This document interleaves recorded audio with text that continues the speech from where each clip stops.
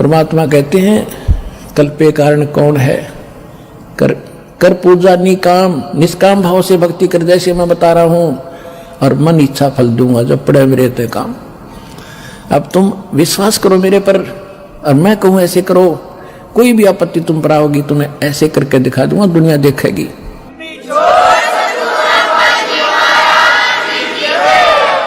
और यहाँ आप देख रहे हो 90% नए आ रहे हैं जो हाहाकार मची है, हाहाकार, सब क्या दुखी, कोई कैंसर है, किसी का कुछ है। हमारी आत्मा भी रोती है बैठकर, बाद में याद करते हैं परमात्मा आपके बच्चों का क्या हाल हो गया, आप पर दया करोगे दाता, इनकी बुद्धि भी आप ही बदल सकते हो। ये तो रंग रखे, रंग में काल ने मेरे एजेंट छोड़ रखे, आपका एक दास ये ज्ञान बताने वाला और लाखों करोड़ों की संख्या में इनको बहकाने वाले, आप पर दया बख्शोगे तभी यह बात शरह चढ़ेगी हमारे जीव की बस की। क्योंकि भगवान जब दया बख्शेंगे, जब आप सच्चे दिल से यूं मान लोगे Kabir is God, nothing else, और कोई मदद कर भी नहीं सकता। तो ये सारा ज्ञान सुनाने का दास का उद्देश्य भी यही है कि आपको सब प्रमाण दिखा के ये सिद्ध कर दूं कि ये परमात्मा है, इसके बिना सुख कोई दे नहीं सकता, कर्म संस्कार बदल नहीं सकता। और ये अब आपको मिल गया, इसका विधि मिल गई, ये दास ने जो विधि बता दी ये भगवान मिल गया अपने। वो काम भी भगवान ना आके करना पड़ता। तू कौन है, कहाँ से आया था, तू यहाँ क्यों दुख पा रहा है, तू यहाँ का वासी नहीं है, तेरा लोक कोई और है जहाँ कभी मृत्यु नहीं, जन्म नहीं होता था, कहीं रोग नहीं था, कोई विश्व नहीं था। आज कितना सुंदर परिवार तुम्हारा, कितने बच्चे प्यारे लगते, बिल्कुल सही है। अरे एक मिनट में ना बेटे का पता, ना बेटी का, ना बाप का, कुंबा का कुंबा मर जाता है, फ्लड में लाखों लोग मर जाते हैं। ओए होए होए, पुण्यात्माओं तो परमात्मा ने उसको बताया, कहने लगे जी हम जब आप आओगे हम खूब आपका ज्ञान सुनेंगे, आपकी भक्ति करेंगे। परमात्मा बोले मुझे मालूम है जी तुम भक्ति करोगे, जाओ अब तक तुम मजबूरी में तो सब कहते हैं दुख में सुमरण सब करें, सुख में करे ना कोई, जय सुख में सुमरण करे तो ये दुख का ही गु होई। सुख में सुमरण किया नहीं और दुख में करते याद, कह कबीरता दास की फिर कौन सुने फरियाद। अब आप चिंतित ना होना कि अब दुख में हम आए हैं कभी हमारी फरियाद ना सुने ना, ये तो उस समय की बात थी जब तक ये ज्ञान भगवान ने प्रचार और यह जड़ी ना दी थी, तब तक कोई बेशक पुकार करें जाओ, जिसका पूर्व संस्कार नहीं है उसको कुछ नहीं मिलना, और कुछ मिलना है तो पूर्व संस्कार से ही मिलना था। अब आपको पूर्व संस्कार तो आपका सुरक्षित है ही, लेकिन आगे जो भक्ति बता दी इससे आपकी रक्षा होगी, आपकी पुकार भी सुनी जाएगी, आपके संकट भी दूर होंगे, आपका रोग भी दूर होगा, आपका मोक्ष भी होगा। ये तो नए सिरे चादर हो गए।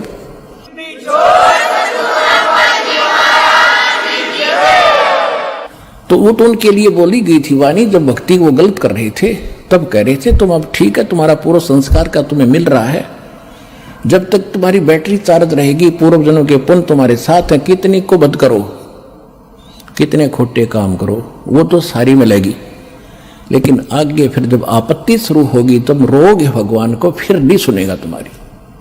उनको कहा कि ईब जैसे अब मालिक को तो पता ही था इनकी ब्रेन मैटी तो हो ही रही है, अब जो सुख में लगे हैं वो तो सुखी चल ही रहे हैं ना, तो उनको दुखाने थे, क्योंकि यहाँ तो दोनों भोगने होते, पुण्य और पाप भी। दास देख रहा है सन 1993 से नाम दे रहा है और 20 वर्ष हो गए पूरे होने को जा रहे, तो उससे लेकर आज तक जिनने नाम ले रखा है जो ठीक मर्यादा में चले हैं, कोई आपत्ति नहीं, उनको पता भी नहीं दुख की चीजों से।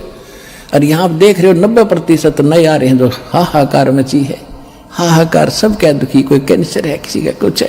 हमारी आत्मा भी रोती है बैठकर, बाद में याद करते हैं परमात्मा आपके बच्चों का क्या हाल हो गया, आप पर दया करोगे दाता, इनकी बुद्धि भी आप ही बदल सकते हो। ये तो रंग रखे, रंग में काल ने मेरे एजेंट छोड़ रखे, आपका एक दास ये ज्ञान बताने वाला और लाखों करोड़ों की संख्या में इनको बहकाने वाले, आप पर दया बख्शोगे तभी यह बात शरह चढ़ेगी हमारे जीव की बस की।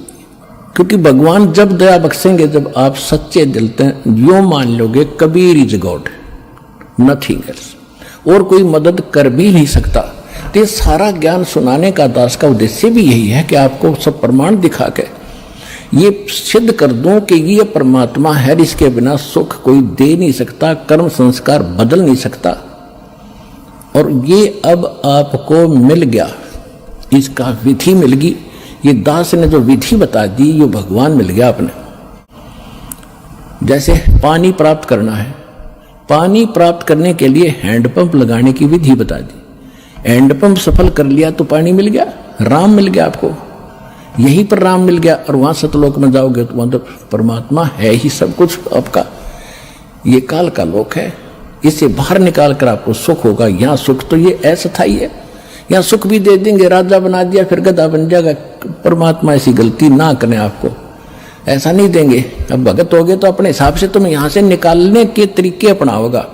यहाँ की जो आवश्यक सुविधाएं वो अवश्य देगा, दयालु है। लेकिन आप मांगोगे बकवाद तो वो नहीं देगा, तो उसको मालूम है। जैसे अब्राहिम सुल्तान अदम कितना बड़ा राजा था, कितना सुख था, उसको मालूम था ये पुण्यात्मा पिछले पुण्य को भोग रहा है, बकवाद में लगा हुआ है। 16,000 तक ब्याह करवा लिए उस मूर्ख ने थोड़े से जीवन के में है। और फिर फूला फुरा खूब धन वो था पिछले संस्कार का, पिछले दान पुण्य कर रखे थे उसने। जब वो सम्मान वाली आत्मा थी तो राजा बना शेरवान शहर में। और फिर उसके बाद फिर उसके दान करवाया दाता ने। कभी फिर सुनाएंगे कथा, जो पुराने उनको मालूम है। उसी पुण्य से राजा बना हुआ था, उसे भोग रहा था, फिर वो गधा बनता जाए। फिर मालिक ने उस प्यारी आत्मा को उस नरक से निकाला, राजपद छुटवाया, उसके पीछे पड़ गए। और जब उसने ज्ञान हुआ तब उसका समझ में आया कि सचमुच मैं तो गधा था, कति बेगार कर रहा था। फिर परमात्मा ने कह भी दिया था कि जा अब्राहिम, अब ज्ञान तुझे होगा तो राज कर ले। हाथ जोड़ लिए दाता, अब उस नरक में ना भेजो। अब तो पता लग गया मजदूरी कर लूंगा, लकड़ी तोड़ के बेच के गुजारा कर लूंगा। दाता तेरा आपका साथ रहे, मेरे मोक्ष चाहिए मुझे, अब कुछ नहीं चाहिए। और हम मांगे भगवान से ये दे दे, ये दे दे, वो दे दे, मांगने की जरूरत नहीं। आने के बाद या तो आपने मांगने की जरूरत नहीं, बालक नहीं, आप उसके बच्चे हो। आज आप उसके बच्चे होगे, बेटा बेटी होगे। जिस दिन आपने यहां नाम ले लिया, 2 प्रकार के बच्चे होते हैं। एक तो शरीर से, उसको बिंद के कहते हैं, और एक नाद के, नाद जो वचन शब्द के। तो आज आप इस दास के माध्यम से वचन के बेटा बेटी होगे, मेरे बेटा बेटी होगे, तो भगवान के बेटा बेटी हो। थारा दादा हो गया ना, समझो वो के दूर है।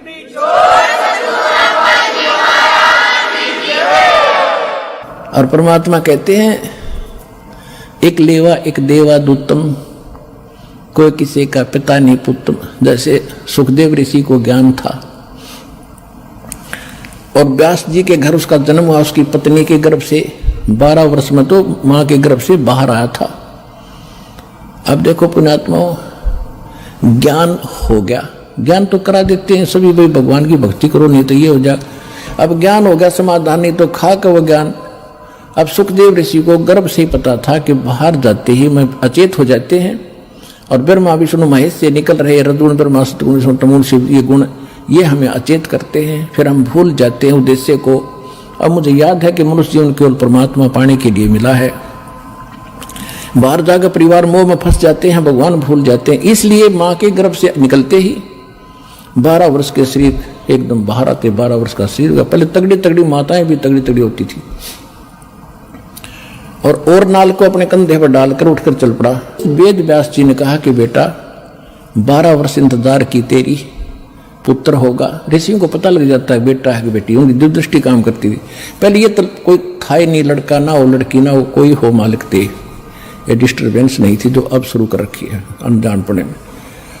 तो सुखदेव ऋषि ने कहा था कि एक लेवा एक देवा दूतम, और कोई किसी का पिता नहीं पुत्रम। ऋण संबंध जुड़ा एक ठाठा, अंत समय से 12 बैठा कि पिताजी ना जाने कितनी बार तू मेरा बाप और मैं तेरा बेटा हो लिया, ना जाने कितनी बार मैं तेरा बाप और तू मेरा बेटा हो लिया। ये पूरी चिट्ठी मेरे पास है, और इब क्या गलती करूं नहीं, मैं शक्ल भी ना देखूं तेरी बाप, मेरी मोह हो जाएगा आपके अंदर। यूं कहकर पिछले संस्कार से सिद्धि से उड़ कर चला गया। पिछला बैटरी चार्ज थे, अब उसको ज्ञान भी था, राजा जनक गुरु भी बना लिया, और फिर भी मोक्ष नहीं, क्योंकि राजा जनक कोई ज्ञान नहीं था कि जितना ज्ञान था बता दिया। विष्णु का पुजारी था, विष्णु लोक में वो चला गया राजा जनक, विष्णु लोक में सुखदेव चला गया। अब राजा जनक को परमात्मा उस समय भी मिले थे, लेकिन जब घने ठाठ से थे, वो समय नहीं था जो दास आपको यहां लाना चाहता है कि ये समय था मोक्ष का। राजा जनक जो थे पहले सतयुग में राजा अम्बरीश थे, वो विष्णु पुजारी थे, और ये दुर्वासा जैसे ऋषि तोब थे, बड़ी सिद्धि वाले थे, सब उस तो डरते थे। अम्बरीश ऋषि ऐसे साधक थे, शील संतोष के थे, पिछले जन्म के संस्कारी थे। दुर्वासा की सिद्धि ने भी काम नहीं किया उसके ऊपर, आप पे फेल हो गया, बल्कि राजा अम्बरीश के पैर पकड़कर जान बचवाई थी उस दुर्वासा ऋषि। और वही ऋषि अगले जन्म में फिर राजा जनक हुआ, और वही राजा जनक फिर चला गया स्वर्ग में। रास्ते में काल कैसे चोरी करता है, कैसे ठगता है आपको। पुण्यात्माओं, एक एक प्रश्न को ध्यान से रखना, प्रत्येक में एक न्यारा न्यारा गुड़ रहस्य निकलेगा। जब राजा जनक ने अपने शासन काल में, जीवन काल में राजा था, बहुत गुणे धर्म पुण्य किए थे, बड़ी बड़ी यज्ञ की थी, 100 मन घी की, सैकड़ों की संख्या में, और काफी दान किया था, गौवें दान की थी ब्राह्मण ऋषियों को। लेकिन वो मंत्र ठीक नहीं थे, जैसा किया दान धर्म वो तो मिलेगा ही मिलेगा। तो राजा जनक जब जाने लगा, विमान में बैठकर जा रहा था, काल के दूत वहां से, रास्ता था एक, वहां से ले जा रहे थे। वो काल के दूत नहीं थे उसके साथ थे विष्णु जी के गण, विष्णु जी के गण, और साथ में कुछ यमदूत भी उसी जहाज में बैठे जा रहे थे। तो वहां जाकर जब एक नरक के साथ से उनका विमान गुजर रहा था, तो नरक के अंदर 12,000 आत्माएं अपने किए हुए पाप कर्मों का वहां दंड भोग रहे थे, हाहाकार मचा था, चिल्ला रहे थे। और वो राजा था, दयालु राजा था, अपने राज्य में किसी को कोई दुख होता था तुरंत उसका निवारण करता था, उसको शांति देता था, किसी को दुखी नहीं होने देता था। तो जब उसने वहां जाकर हाहाकार मची देखी तो कहा कि पार्क दो, विमान रोको।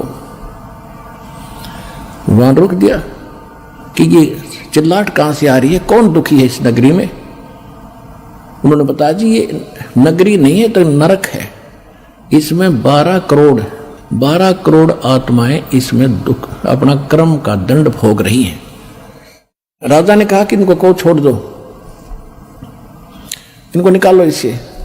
तो पार्षदों ने जो साथ गए थे भगवान के दूत, उन्होंने कहा कि राजन, या आपका हुक्म नहीं चलेगा, या तो धर्मराज का हुक्म चलेगा कि धर्मराज को बुलाओ, और नहीं तो मुझे भी यहीं छोड़ दो, मैं भी इस नरक में इनके साथ ही रहूंगा, आगे मैं भी नहीं जाता।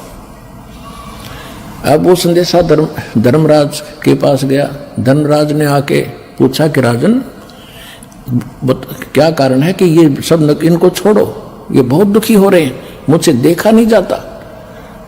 तो उसने बताया जी देखो, यहां ऐसा नहीं होता, जिसने जैसा कर्म किया वो भोगना ही पड़ेगा।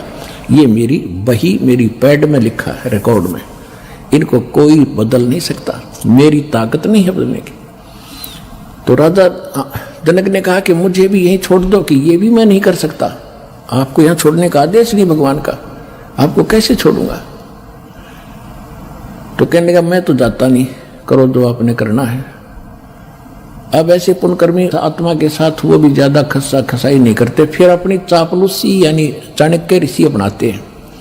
धर्मराज ने कहा कि एक काम हो सकता है, आप अपने पुण्य दे दो इनको, पुण्य संकल्प कर दो, उन पुण्यों के आधार से मैं इनको सबको नरक से निकाल सकता हूं, आपके पुण्य इनको मिल जाएंगे, आपको इतना फिर डेबिट हो जाएगा, आपके पुण्य कम हो जाएंगे। राजा जनक बड़े दयालु थे। परमात्मा कहते हैं देखो, दयालु होना जरूरी है, लेकिन अपने दयालुता में अपने पैर पर कुहाड़ी मारना कोई दयालुता नहीं है, वो तो मूर्खता है। तो वहां उसने क्या किया कि राजा जनक ने कहा कि ठीक है, मैं इनको अपने आधे पुण्य देता हूं, जितने मैंने धर्म पुण्य किए भक्ति भुक्ति करी है। ठीक है, उसने उधर से काट के उन सब का बांट दिए, आधे पुण्य 12 करोड़ में बांट दिए। उनको सबको बाहर निकाला, अलग से विमानों में बैठाया, राजा के पीछे पूरा लश्कर भेज दिया, चल। अब वो सारे स्वर्ग में चले गए। देखो पुण्यात्माओं, ये आपके चोरी हो रही है, आप कहां तक ठग लेता है, काल का जाल कितना भयंकर है। तुम तो यहां तो पता ही नहीं, या तो आप ठगे जाते हो, आपके पास तो कोई पूंजी है कोई नहीं, वह बांट बूट के यहीं हो लिए, उसको तो पूंजी लेकर जा रहा था, वहां ठग ली। अब वो 12 करोड़ आत्माएं पहुंच गई स्वर्ग में, ठाठ से रह रही है उसके पुण्य से। और जब वो पुण्य राजा जनक के दिए हुए वो बख्शे हुए खत्म होंगे, उसके बाद वही आत्माएं फिर पुनः उसी नरक में आएंगी जो उनके पाप न्यू के न्यू रखे थे, वह फिर भोगने पड़ेंगे।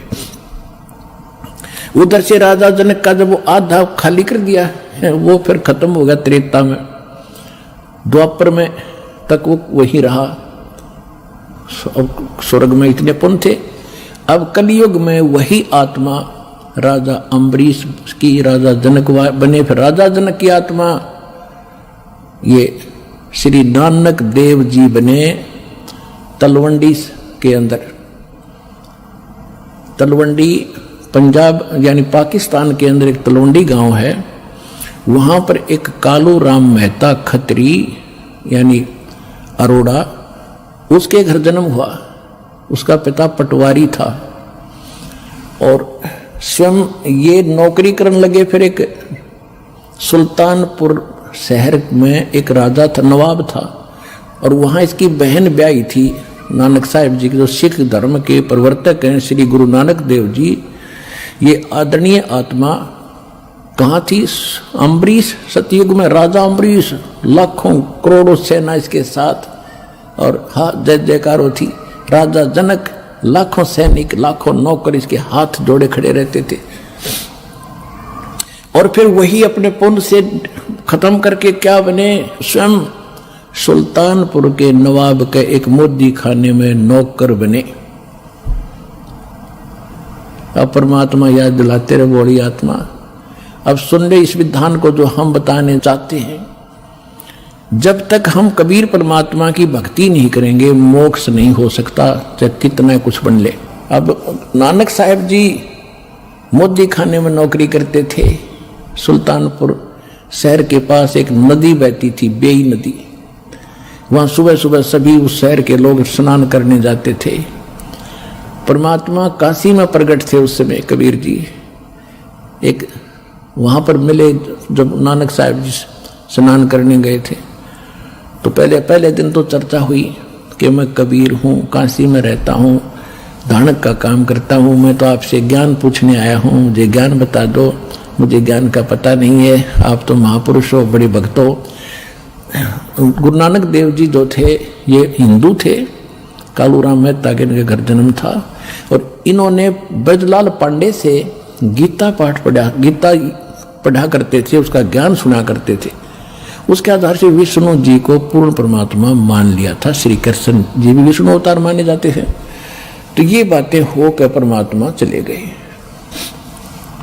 दूसरे फिर कुछ दिन के बाद फिर उस दिन परमात्मा ने सारी बता दी थी कि विष्णु की यह स्थिति है, कृष्ण की ये स्थिति है, इसे मोक्ष नहीं हो सकता।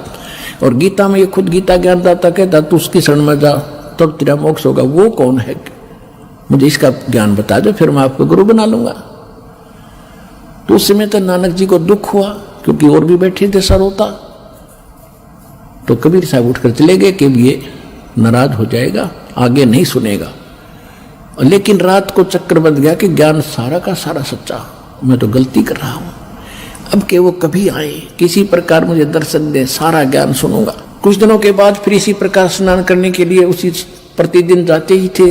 3-4 महीने के 6 महीने के बाद उनकी खूब तरफ देखकर परमात्मा जिंदा महात्मा बड़ा का रूप बनाकर उसी बेई नदी पर चले गए, जहां वो स्नान करने की तैयारी कर रही थी। तब वहां से सतलोक लेके उन्होंने छलांग लगाई दरिया में नहाने के लिए। परमात्मा ने उनको वहीं से अदृश्य कर लिया, स्वयं भी साथ लगा दी छलांग, अदृश्य कर लिया और शव को कहीं और रख दिया। अब स्ट्रीम में जिधर से जल आ रहा था, लोगों ने सोचा, वहां स्नान करने वाले सैकड़ों की संख्या में नगर के लोग थे। उन्होंने देखा कि बाहर आया नहीं, नानक जी डूब गए, नानक डूब गया, नानक जी डूब गए।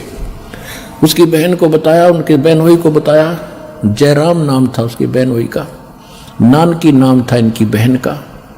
हाहाकार मच गई। राजा ने भी गोताखोर भेज दिए, जाल लगावे। वो खोदें नीचे ने, वो शरीर धर रखा 3 किलोमीटर ऊपर ने बन में, तो वो नहीं पाया। 3 दिन धक के बैठ गए। सबने मान लिया कि नानक जी डूब कर मर गए, और वो ले गए सतलोक में परमात्मा। वहां से फिर वापस छोड़ा 3रे दिन। तब उस प्यारी आत्मा का मोक्ष हुआ।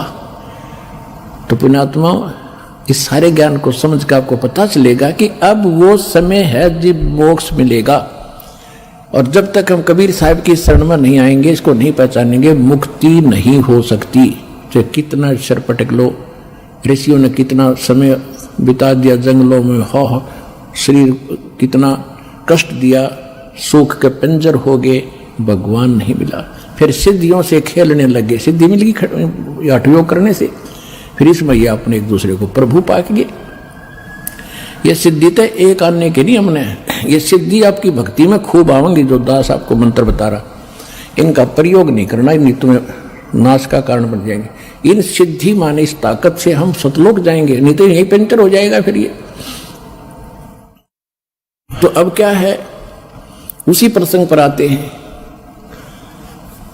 वहां सबको समझा रहे थे भगवान, सारी कहानी बताई और कहा कि तुम जाओ, जिनको तुम भगवान मानते हो वो तुम्हें खा रहा है, जिसको तुम निराकार कहते हो वो साकार है, ये सामने आ रहा है। जब उन सभी जीवों ने देखा कि ये सामने, ये है वो तुम्हारा निराकार का ज्योत निरंजन, ज्योत स्वरूपी अलख निरंजन, और ये है वो ब्रह्म जिसको तुम ब्रह्म कहते हो। ब्राह्मणों, ये है तुम्हारा ब्रह्म। अब तुम्हारी अक्ल मारी जा रही है। देवी पुराण के अंदर 7वें स्कंद में हिमालय राजा को जब ज्ञान दे रही है देवी दुर्गा जी, वो बता रही है कि तुम ओम नाम का जाप करो, ब्रह्म की भक्ति करो, और सब बातें छोड़ दो, किसी की पूजा मेरी भी मत करो, और अनन्य मन से उसकी भक्ति करो, उसको प्राप्त हो जाओगे। वो ब्रह्म लोक में रहता है, वो ब्रह्म लोक में रहता है ब्रह्म, वहां चले जाओगे। और ये नहीं को निराकार, फिर निराकार की तरह तो सब जगह है। पुराणों को भी ना समझाए है। वेद पढ़े पर भेद न जान, ये बाँचे पुराण 18, और पत्थर की पूजा करें ये भूल गए सिरजनहारा। कहते हैं वेद पढ़े, पढ़ भूले, अर्थ ना खुले। वेद पढ़े, पढ़ भूले, पढ़ तलिया लेकिन अर्थ ना खुले, इसलिए ब्राह्मण मोक्ष प्राप्ति नहीं कर सके।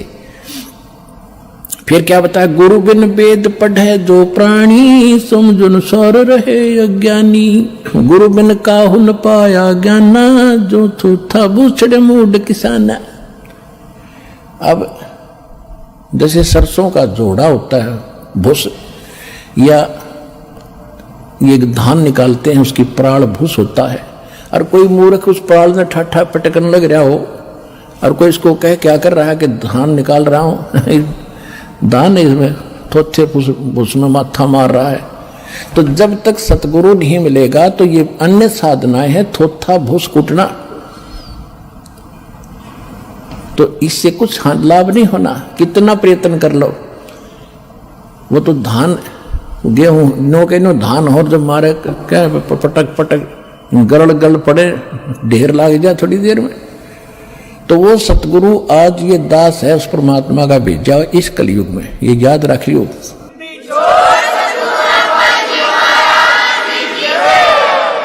ये दास इसलिए बार बार रिवाइज कर रहा है कि अपनी महिमा हमने आपको बतानी पड़ी।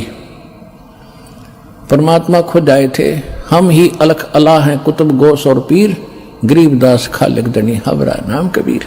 ए स्वामी सृष्टा में सृष्टि हमारे तीर, दास गरीब अधर बसों में अवगत सत कबीर। पर ना समझ आई, जब स्वामी रामानंद जी को परमात्मा ऊपर ले गए, सारी स्थिति दिखाई, जब छोड़ा, जब मान गए कि दो ठोर है, एक तू भया एक से दो, और गरीबदास हम कारणे आए हो मगदो। बोलत रामानंद जी सुनो कबीर करतार, गरीबदास सब रूप में तुम ही बोलनहार। जब भगवान बता रहे थे सबको, कोई नहीं माना, वो भी रामानंद ने इसलिए मारना पड़ा कि आंखों देखाया। तो पुण्यात्माओं, यहां भगवान ने अपनी महिमा पर बतानी पड़ी, इस दास ने भी अपना बतानी पड़ी कि मैं उस कबीर का दास हूं जो सारी सृष्टि का मालिक है, और वो ज्ञान और सतगुरु आज ये दास ही है।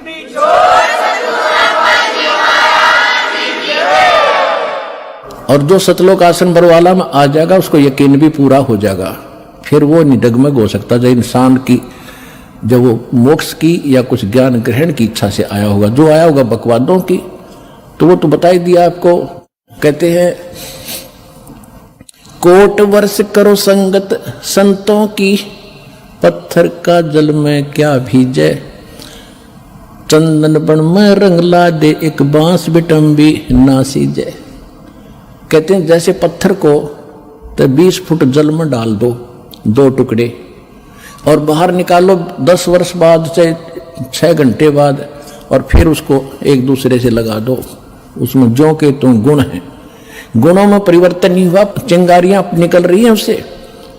और इसी प्रकार चंदन का जो पेड़ वृक्ष होता है, आसपास के सभी नीम को, जंडी को, पीपल को, जितने भी पेड़ होते हैं अपनी महक छोड़ छोड़ कर चंदन जैसी महक वाला बना देता है, बहुमूल्य बना देता है।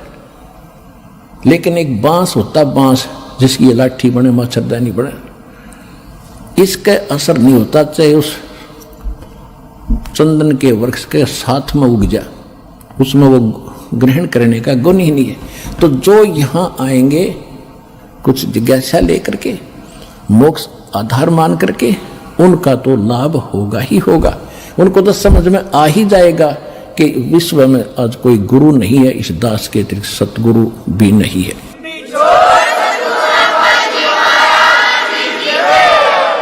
और जो आए होंगे उस पत्थर जैसे, बांस जैसे व्यक्ति हैं, उनका असर होना ही नहीं।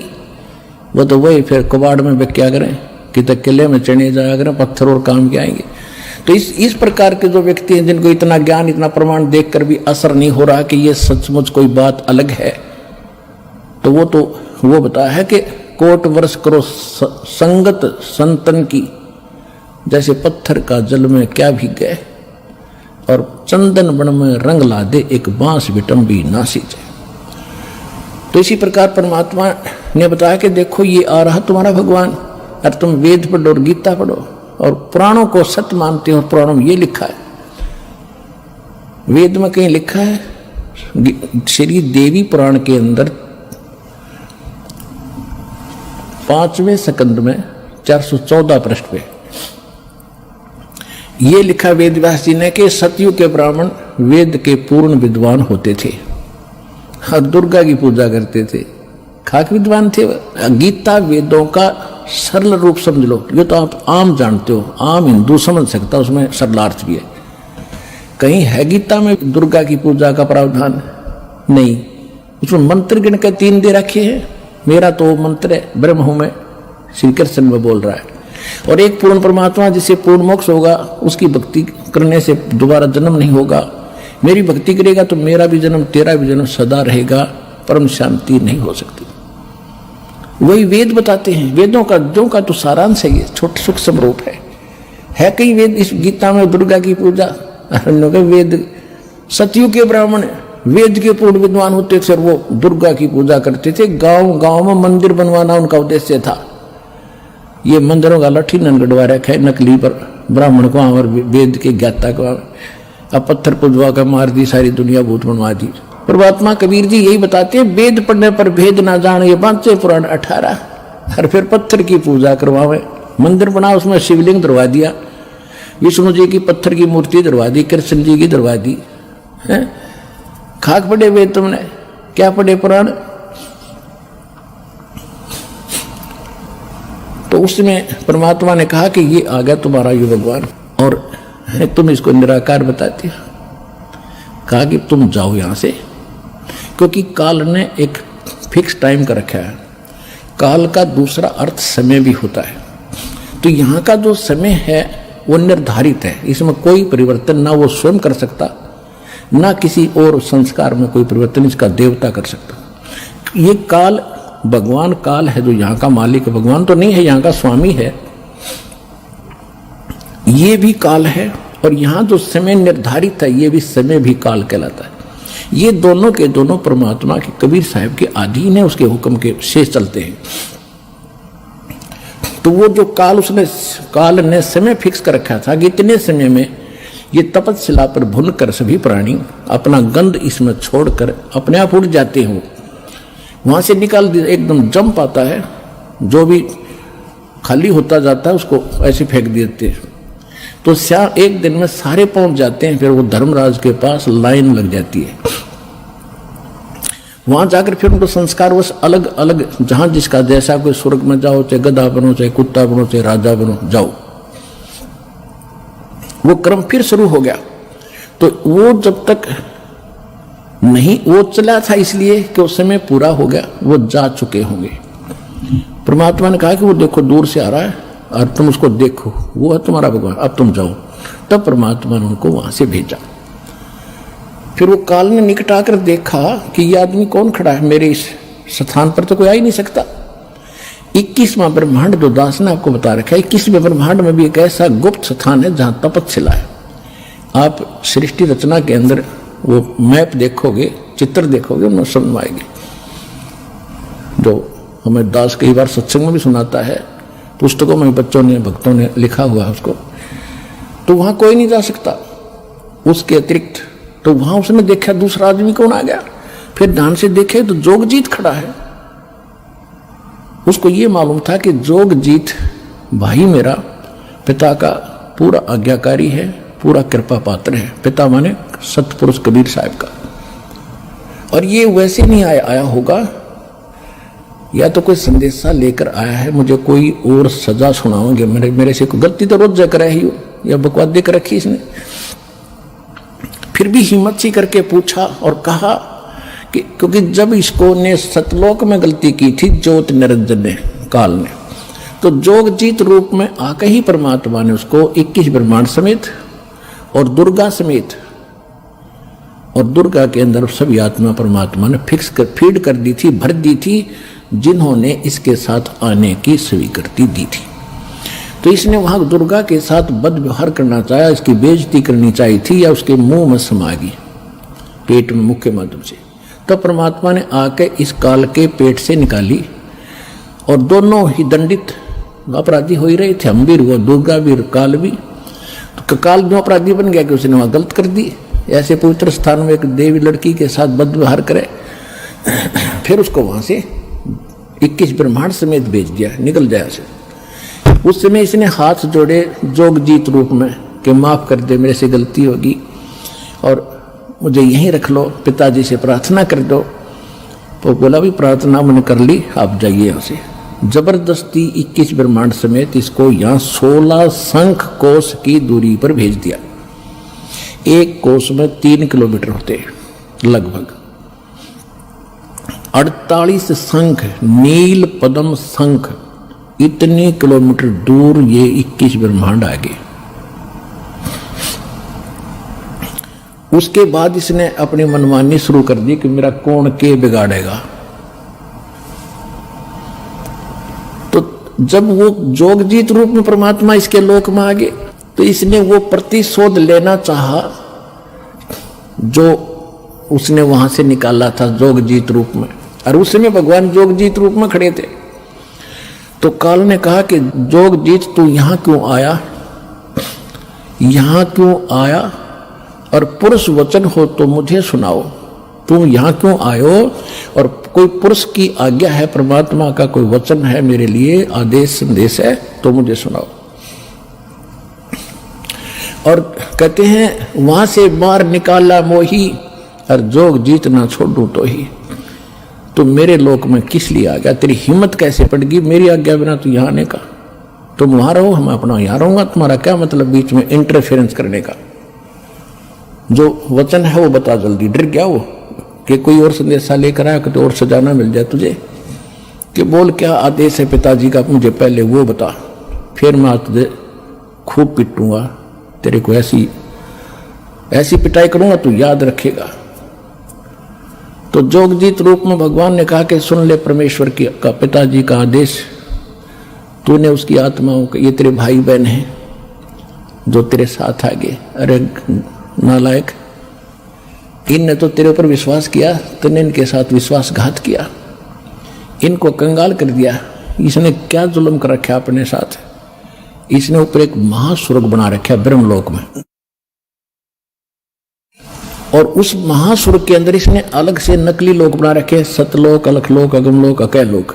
जो ये राधा स्वामी वाले जो करते हैं ना, ये ढोल पीटे हैं, ये तो इस नकली लोक की भी इन पूरा ज्ञान को ना काल के लोक झूठा बना रखा है। नो की नो नकल ऊपर की दुर्गा से करवा ली इसने। तो परमात्मा ने कहा कि तुमने इनकी क्या हालत कर रखी है। परमात्मा ने कहा कि ये तेरे भाई बहन है सारे, और निकम्मे तेरे पर विश्वास करके आ गए तेरे साथ, तो ऐसा जुल्म, तो इसने क्या कर रखा है, वहां ठगता है आपको। आज आपको ये बताया जा रहा है कि आपको कैसे लूटा जा रहा है, कैसे आप ही भिखारी बन गए। पहले जब वहां से आए सतलोक से, तो आप पुण्यों से भरपूर थे, आप एक बहुत साहूकार के बेटे थे। पहले राजा लोग जो होते थे, उनकी बेटे और बेटियां जो धनी राजा होते थे, सोने के हार, सोने की जूतियां, सोने के, यहाँ तक जैसे अपना राजस्थान में देखे होंगे अभी तक पहनती माताएं चांदी के पहनते, वो सोने के होते थे, और कपड़े सुंदर, उनमें भी हीरे मोती जोहरा जड़े होते थे। और वो ऐसे हम वहां थे, भक्ति से परिपूर्ण सेठ थे, सारी सुविधाएं प्राप्त थी। अब हम आगे उन सारे आभूषणों समेत, यानी सारी भक्ति समेत इसका साथ भाग गए। जैसे एक अमीर सेठ की लड़की उन्हीं के एक नौकर के साथ भाग गई, हमारे साथ वो बनी हुई है। अब ये उस भागने से पहले उनके जो चल रहा था विचार विमर्श, उनका पता माँ बाप को लग गया। बेटी को समझाया, बेटा यो बालक और ये तो एक नौकर है, और तू कहाँ की किसकी बेटी है, कुछ आँख खोली, अच्छी बात नहीं, तुझे बहुत दुख हो जाएगा। माँ ने भी समझाया, बेटी बड़ा कहर टूट जाएगा, हम तो शादी कर नहीं सकते, तू इसके साथ जाएगी तो बहुत दुख पाएगी। समझा दिया, हम को नहीं जाऊंगी, नहीं जाऊंगी, ऊपर से तैसे करगी, और पीछे से सारा आभूषण लेकर भागी। अब वो तो शराबी को अभी बकवादी आदमी जाकर अपना रहने लगे कि वो जो सारा वो लेगी थी धन, पहले तो वो खर्च करवाया, शराब पीवे, उन्हें पीटे छेते, वह जान जो गिरी ना वापस। फिर वो मजदूरी कर रही थी, 2 बच्चे उसके साथ थे, सड़क के ऊपर। ये दास उसमें वहां जेई था, नौकरी कर रहा था। हमारा दूसरा विभाग था, सड़क पर और काम हो रहा था, वहां हम बैठे थे एक वृक्ष के नीचे। वो माई रो रही थी। मैंने पूछा, बहन क्यों रो रही है, क्या बात होगी?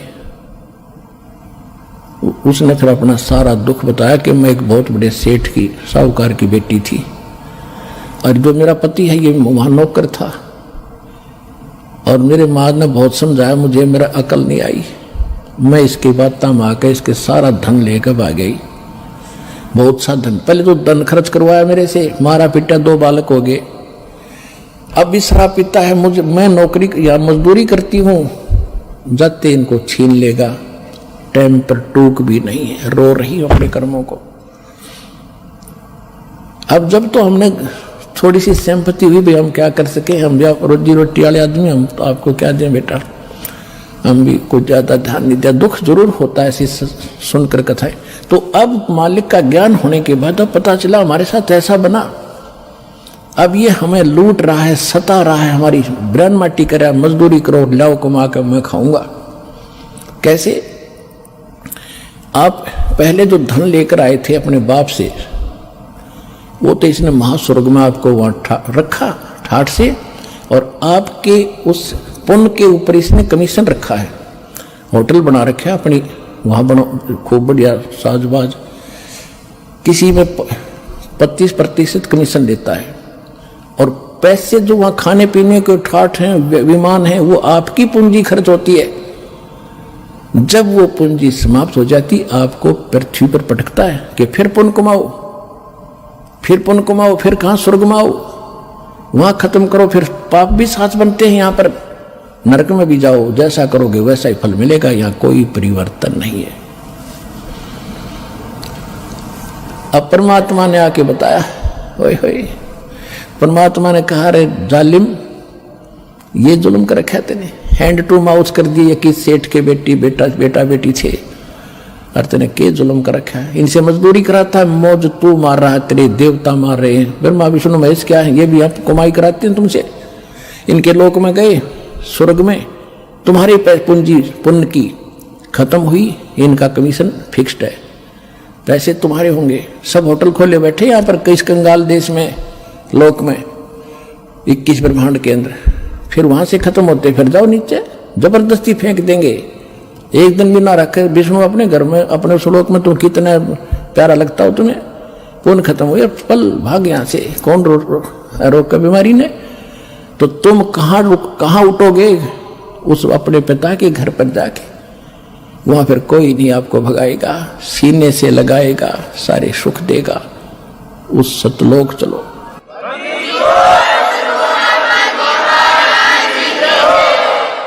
अब जो प्रश्न चला था कि आप जी ठगे जा रहे हो, आप पूर्व जन्म के जो कमाइयां थी, परमात्मा कैसी दया करते हैं, जैसे प्रत्येक युग में आते हैं, सन 1398 संवत 1455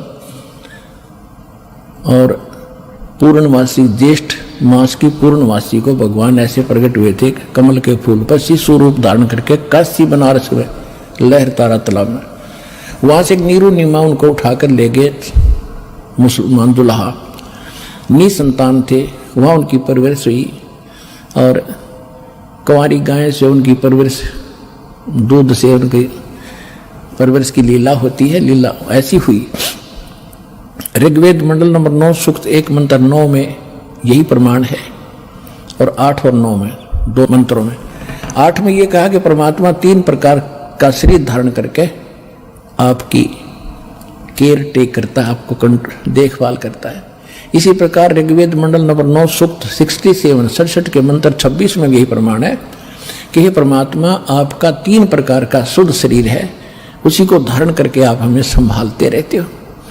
तो वो बताया गया कि वो परमात्मा 3 प्रकार की लीला करता है। एक रूप में तो सतलोक में बैठे हैं, जब वहाँ सिंहासन के ऊपर सिर पे मुकुट है, ऊपर एक छत्र है, बहुत बड़ा गुम्बद है, गोल गोल सुंदर, सेंटर में बैठे मालिक, सफेद, बहुत गजब का रोशनी है, और एक रोम माने बाल होता है, एक रोम बाल की इतनी शोभा है, इतनी चमक है, जैसे करोड़ सूर्य करोड़ चंद्रमा मिला दे, और नर आकार है, मनुष्य दृश्य है।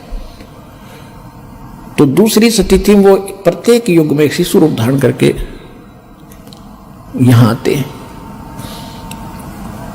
और सबको फिर धीरे धीरे वो प्रवेश करके बड़े होते हैं, फिर ज्ञान भी सुनाते हैं, अच्छे नागरिक की भूमिका करके भी सिखाते हैं, और ये भी रोल करते हैं कि इस गंदे लोक में गढ़ा मत इकट्ठा करो, ये इकट्ठा करने के चक्कर में तुम जीवन नाश कर देते हो, आप विश्वास करो मेरे की तरह, जैसे मालिक ने करके दिखाया था, फिर मैं तुझे कितने सुख दूंगा।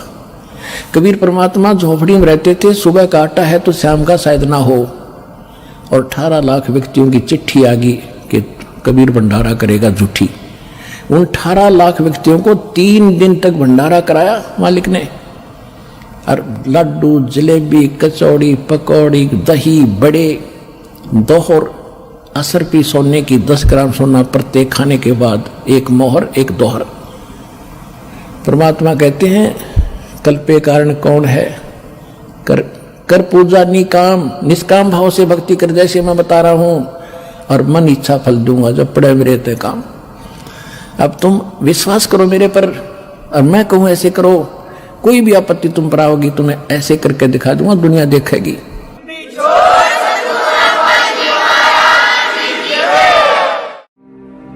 और अधिक जानकारी वसंत रामपाल जी महाराज जी से निशुल्क नाम दीक्षा प्राप्त करने के लिए संपर्क करें। हमारे संपर्क सूत्र है 8222880541 8222 98805442। आप नीचे स्क्रीन पर दिए गए हमारे अन्य नंबरों पर भी संपर्क कर सकते हैं। विजिट करें हमारी वेबसाइट पर। हमारी वेबसाइट है www.jagatgururampalji.org।